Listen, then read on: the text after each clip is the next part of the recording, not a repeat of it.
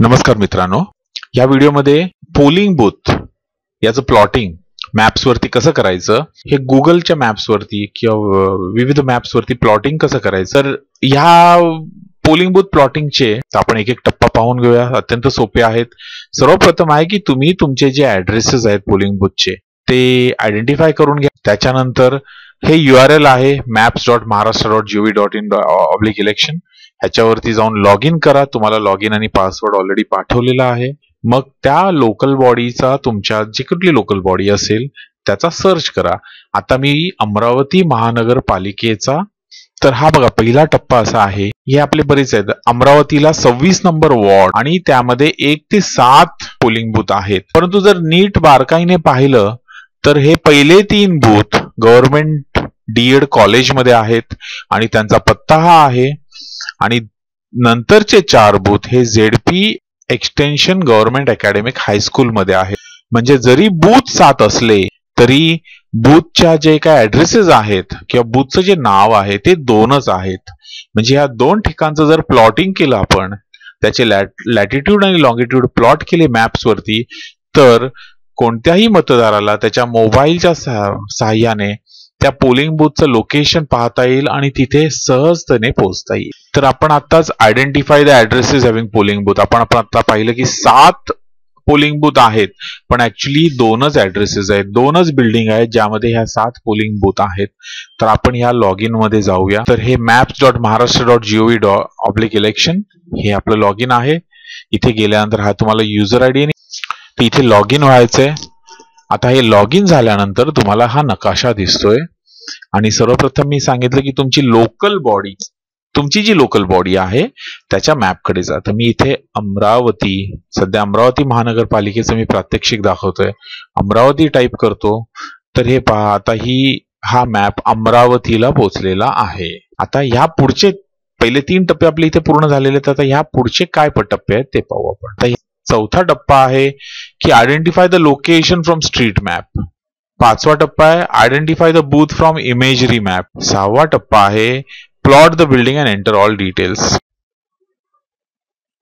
इथे बघा 3 प्रकारचे मॅप्स दिलेले आहेत. एक टोपोग्राफिक मॅप आहे ज्याच्या सहाय्याने आपण इथे पोहोचलेलो आहोत. दुसरा स्ट्रीट मॅप आहे जो त्या भागातले सर्व रस्ते दाखवतोय. आणि तिसरं इमेजरी मॅप आहे ज्याच्या सहाय्याने त्या भागातले आपल्याला सर्व वस्ती दिसते आहे, बिल्डिंग आयडेंटिफाय करता येत आहेत. तर आपण आता स्ट्रीट मॅपला जाऊ आणि त्या आधारावरती आपलं लोकेशन शोधण्याचा प्रयत्न करू. इथे आपण पाहिलं तर लक्षात येईल की वळवण रोड हा वरती असलेले हे दोन्ही बूथ आहेत. दोन्ही बूथ वळवण रोडवर आहेत. तर आपण आपल्या मॅप मध्ये जाऊन वळवण रोड शोधूया. बघा हा वळवण रोड आता आपल्याला भेटलेला आहे. तर सध्या आपला जो नकाशा आहे तो ह्या भागातच येतोय आणि हा तो चौक आहे, मोहम्मद अली चौक. तर या मोहम्मद अली चौकामध्ये या दोन्ही शाळा आहेत जिथे पोलिंग बूथ ठेवलेला आहे. तर ह्या पर्टिक्युलर भागावर पोहोचल्यानंतर आपल्याला इमेजरी वरती क्लिक करायचं आहे. आणि इमेजरी वरती गेल्यानंतर पण पाहिल्यानंतर इथे लक्षात येतं की ही ती पहिली शाळा आहे, अकॅडमिक हायस्कूल ही इथे आहे. आणि त्याच्यानंतर इथे ती जिल्हा परिषदची एक्सटेन्शनची शाळा आहे. तर ह्या दोन्ही शाळा ह्या इथे आहेत. आणि आता आपण ह्या दोन्ही शाळांचं मार्किंग करूया. मार्किंग करणं सोपं आहे. इथे जाऊया, ऍड पोलिंग स्टेशन म्हणून घेऊया आणि इथे येऊन क्लिक करूया. आता इथे क्लिक केल्यानंतर तो विचारतो की पोलिंग स्टेशनचं नाव काय आहे, त्याचा पत्ता काय आहे आणि सिटी कोणती आहे. आता पोलिंग स्टेशनचं नाव अकॅडमिक हायस्कूल, इथे 4, 5, 6, 7 26 नंबर वॉर्डाचे 4, 5, 6, 7 असे 4 बूथ आहेत. तर इथे आपण प्लॉटिंग करा. Ward number 26 booth 4, 5, 6 and 7. इथे नेम मध्ये ते लिहा. पत्त्यामध्ये तुमच्याकडे ऑलरेडी PX गव अकॅडमिक हायस्कूल हा पत्ता टाका आणि इथे अमरावती लिहा आणि क्लोज करा. क्लोज केल्यानंतर इथे बंद करून एकदा चेक करून घ्या की तुम्ही जे टाकलेल्या गोष्टी आलेल्या आहेत का. इथे हे पहा, हे आलेलं आहे. पुन्हा एकदा जा, तुम्हाला आणखीन एक पोलिंग स्टेशन ऍड करायचं, आणखीन एक पोलिंग स्टेशन ऍड करायचं. आणि ते पोलिंग स्टेशन तुम्ही इथे ऍड करा. इथे पुन्हा एकदा आपला डाटा पाहून घ्या. गव्हर्नमेंट डीएड कॉलेज 1, 2, 3 26 नंबरचे 3 बूथ इथे आहेत. तर इथे लिहून टाका वॉर्ड 26 बूथ 1, 2 and 3.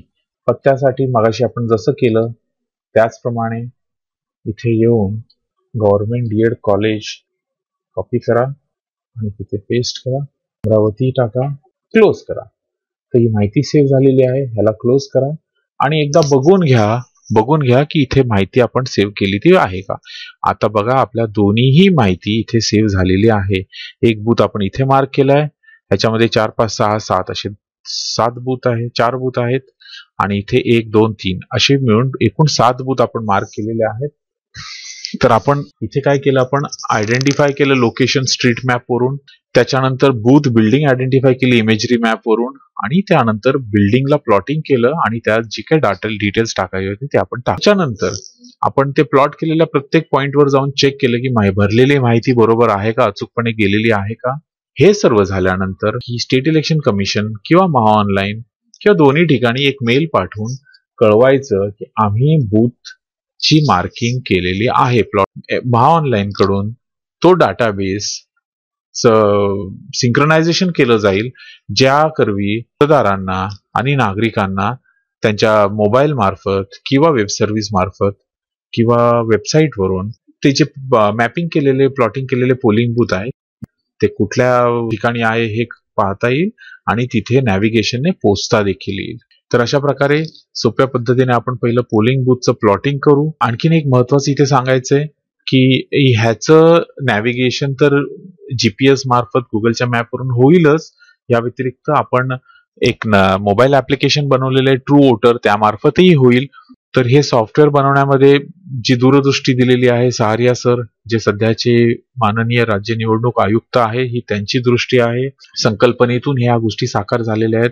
वेळोवेळी डॉक्टर व्यास आहेत, सचिव आहेत राज्य निवडणूक आयोगाचे, यांनी मार्गदर्शन दिलेलं आहे आणि ह्या सर्वांचं संनियंत्रण मी स्वतः केलेलं आहे, अविनाश सणस. धन्यवाद.